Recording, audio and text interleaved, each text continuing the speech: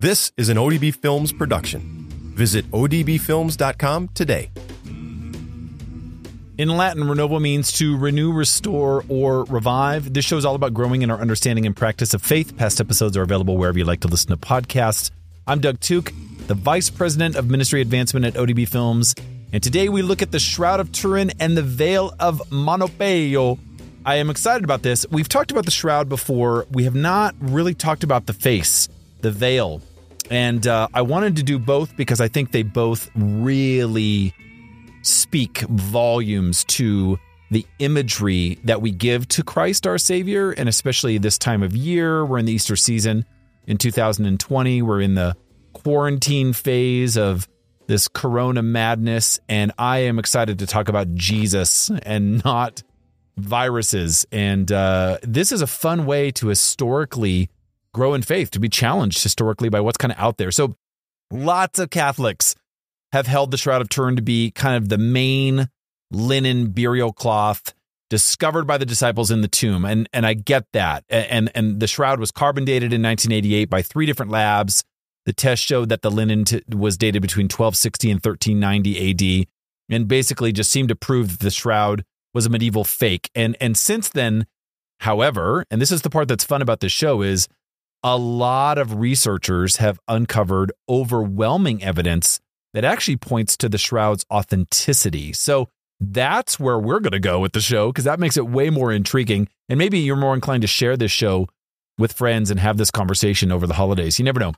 So Colorado is home to the Turin Shroud Research Center in Colorado Springs, which is leading the way in compiling all kinds of evidence. And the center, under the direction of the physicist Dr. John Jackson, has been researching the Shroud for over 50 years, including as part of the study in 1978, STURP, the Shroud of Turin research project, which had unique access to the Shroud. So he recently updated a book, The Shroud of Turin, a critical summary of observations, data, and hypothesis, and he provided a massive overview of where kind of the research stands today. And this is just a brief summary of really the major points that he makes about the Shroud's authenticity. So the first one is its history.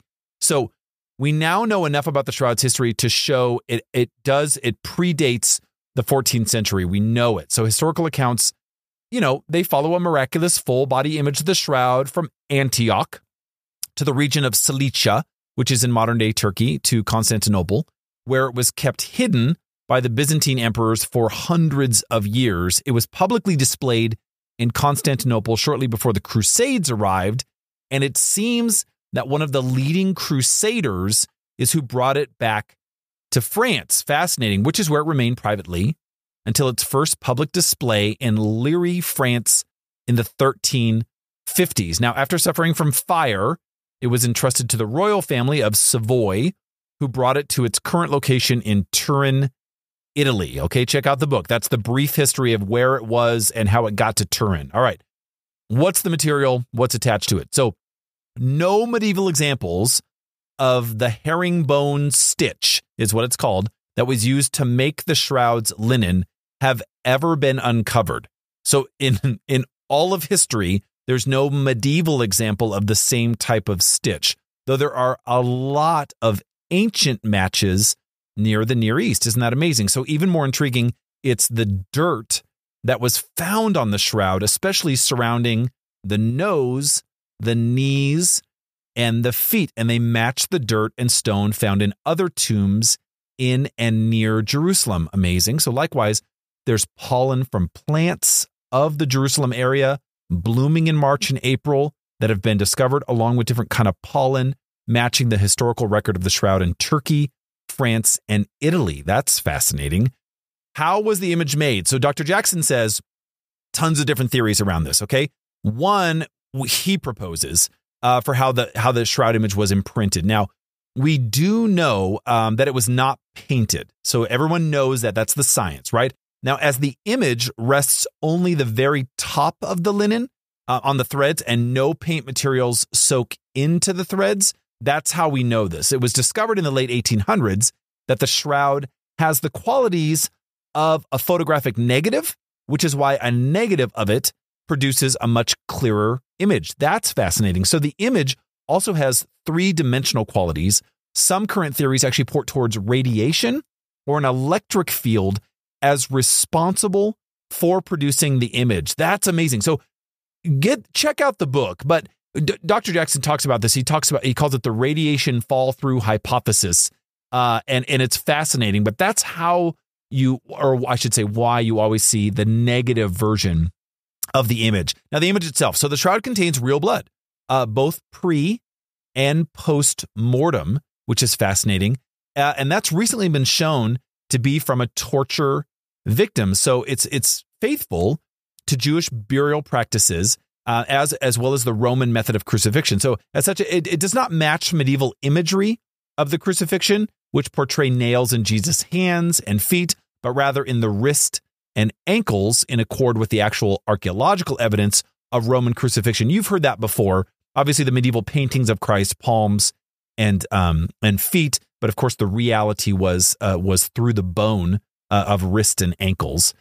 It matches another ancient image of the Passion. So the shroud actually matches bloodstains from the Sudarium of Oviedo, the headcloth used to cover Jesus after the crucifixion and in burial. And there's documentation that it was brought to Spain after the Persian invasion of Syria in the 17th century. So when the two cloths are compared, the bloodstains match up identically. So let's talk about the carbon dating, because the carbon dating thing in the 80s is what caused a ton of speculation. And here's the deal. Dr. Jackson specifically offers a number of reasons why the test pointed to the Middle Ages, and they're great. So he notes that his research group, the STURP, made recommendations to take samples from different locations and to clear them of any kind of contaminants.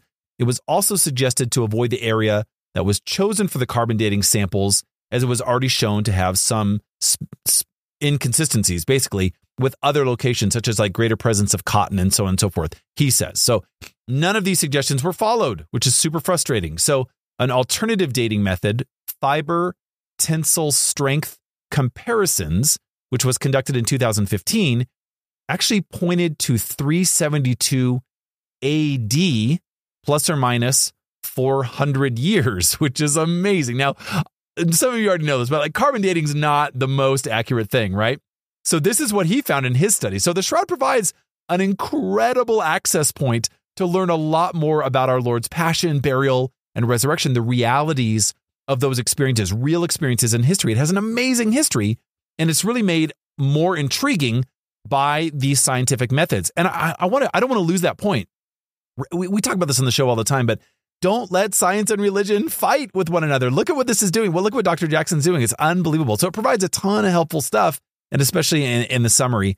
He and his wife's name is Rebecca. My wife's name is Rebecca, so that's kind of awesome. They also speak on the shroud across the world. They travel all over the place. The Turin Shroud Center of Colorado has an exhibit at St. Gabriel's Church in Colorado Springs, has a full-size replica of the shroud. It gives an amazing kind of unique glimpse at the likely appearance of Jesus. And it prompts our prayers, right? Like Psalm 80, restore us, O God, let thy face shine that we may be saved. Amazing. So the Shroud of Turin is known throughout the world.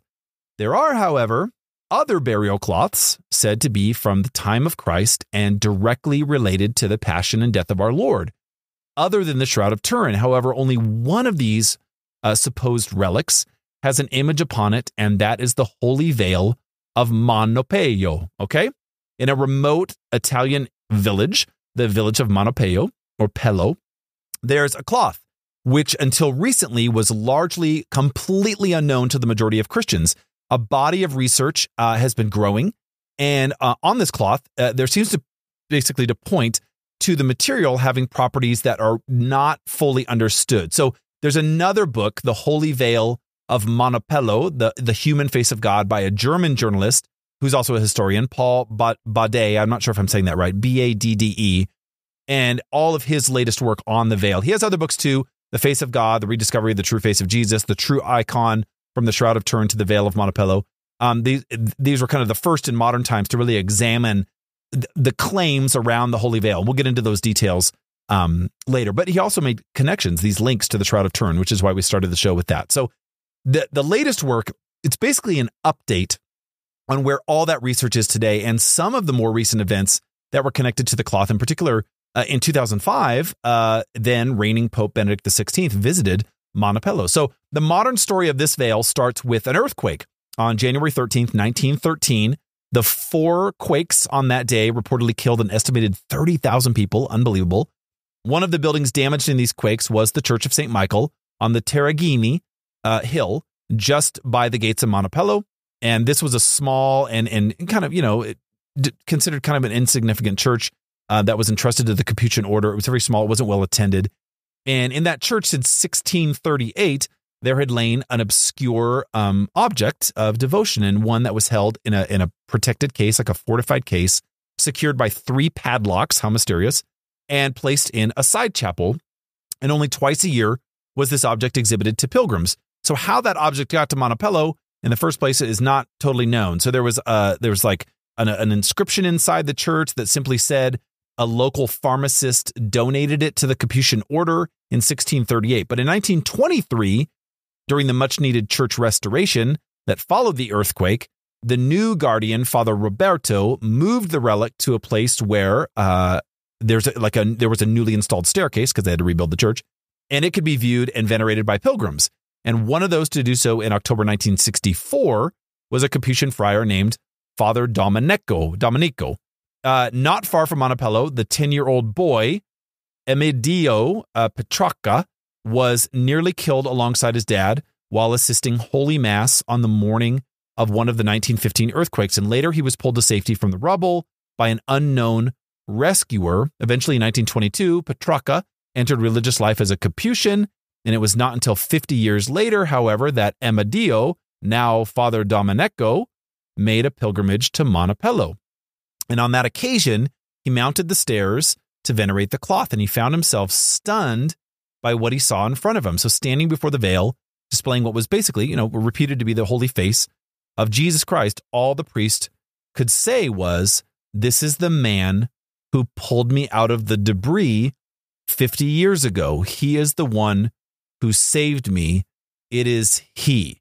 So from that day on, Father Domenico became known as the Apostle of the Holy Face. And not only did he study all that he could find that had been written on the Holy Veil, but he also asked his Capuchin superiors that he might be transferred to the shrine, which happened. Of course they did. And thereafter, he was to be seen praying night and day in front of the Holy Face, just obviously startled by this unbelievable experience. I love stories like this, right? So soon, Father had made a new claim for the cloth. He suggested that it was the sudarium of Christ, the very veil that had lain over the head of the crucified Lord, one of the cloths referred to in the Gospel of St. John, seen in the tomb by St. Peter and St. John. He said, "This is it. This is the one." Now, there's a number of other burial cloths that some have claimed also came from the tomb that morning, and they're scattered throughout Europe, found at Turin. We've talked about that. Oviedo, we talked about that.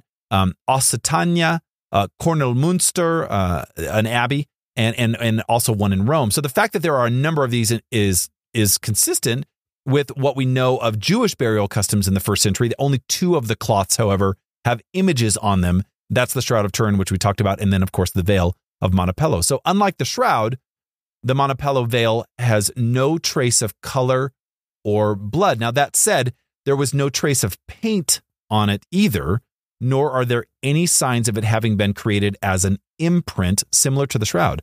So therefore, even to this day, the image and the cloth's origin remain a total mystery. Now, in September 1978, Father Domenico traveled to Turin to examine the Holy Shroud. This is pre-Dr. Jackson. Then it was about to be exhibited to the public for the first time in 45 years. And when he stood before the shroud, it's claimed that he could only marvel at what he saw so clearly. It's written in Reflections. Did the face upon the shroud resemble that upon the holy veil of Manoppello? And the difference between the 2 images being that one recalled a dead figure and the other recalled the same figure, but alive. So the next day, while pondering this on his way back to his hotel, Father Domenico was struck by a car. I know, unbelievable. He died a few days later in a hospital, and his last words were, "Venerate the sudarium of Christ." Wow, this is a TV series waiting to happen, right? So as Father Domenico lays dying, a well-known Italian journalist arrives in Manoppello, Renzo Algheri, and he'd heard of the veil. And at that time, with the Shroud exhibition taking place, he wondered if there was a story to be found in that out-of-the-way Italian village with the lesser-known relic that some claim to be the little shroud, basically, that we've been talking about. So the subsequent article, Alighieri, he writes for an Italian paper, Gente. It's this weekly published just a couple days after the funeral of Father Domenico. It reaches millions of readers in Italy, and it brought the Holy Veil to this like national and really an international audience, right? Unbelievable. So not long after, another magazine publishes Alighieri's article in German, and at this point, the author relates how a copy of the German version of the article found its way to a Trappist monastery in Switzerland, right? And upon reading it, one of the nuns in community there with great urgency wrote letters to 2 German academics who had been conducting lots of high-level studies on the Shroud of Turin. And from here, the story widens and gets way deeper. So Bade weaves a tale involving history and science, not least the surprising discovery of marine byssus that's in the veil. Okay, and this fabric was the ancient world's most precious fabric. It's also a fabric to which it is impossible to paint on. So the Holy Veil of Manoppello, it also tells of a Jewish rabbi's remarkable vision concerning the veil and of the unexpected announcement in 2011 from the director of the Vatican Museums admitting that an ancient relic pertaining to the Holy Face had actually disappeared from Rome during the Lutheran sacking of the city in 1527, right?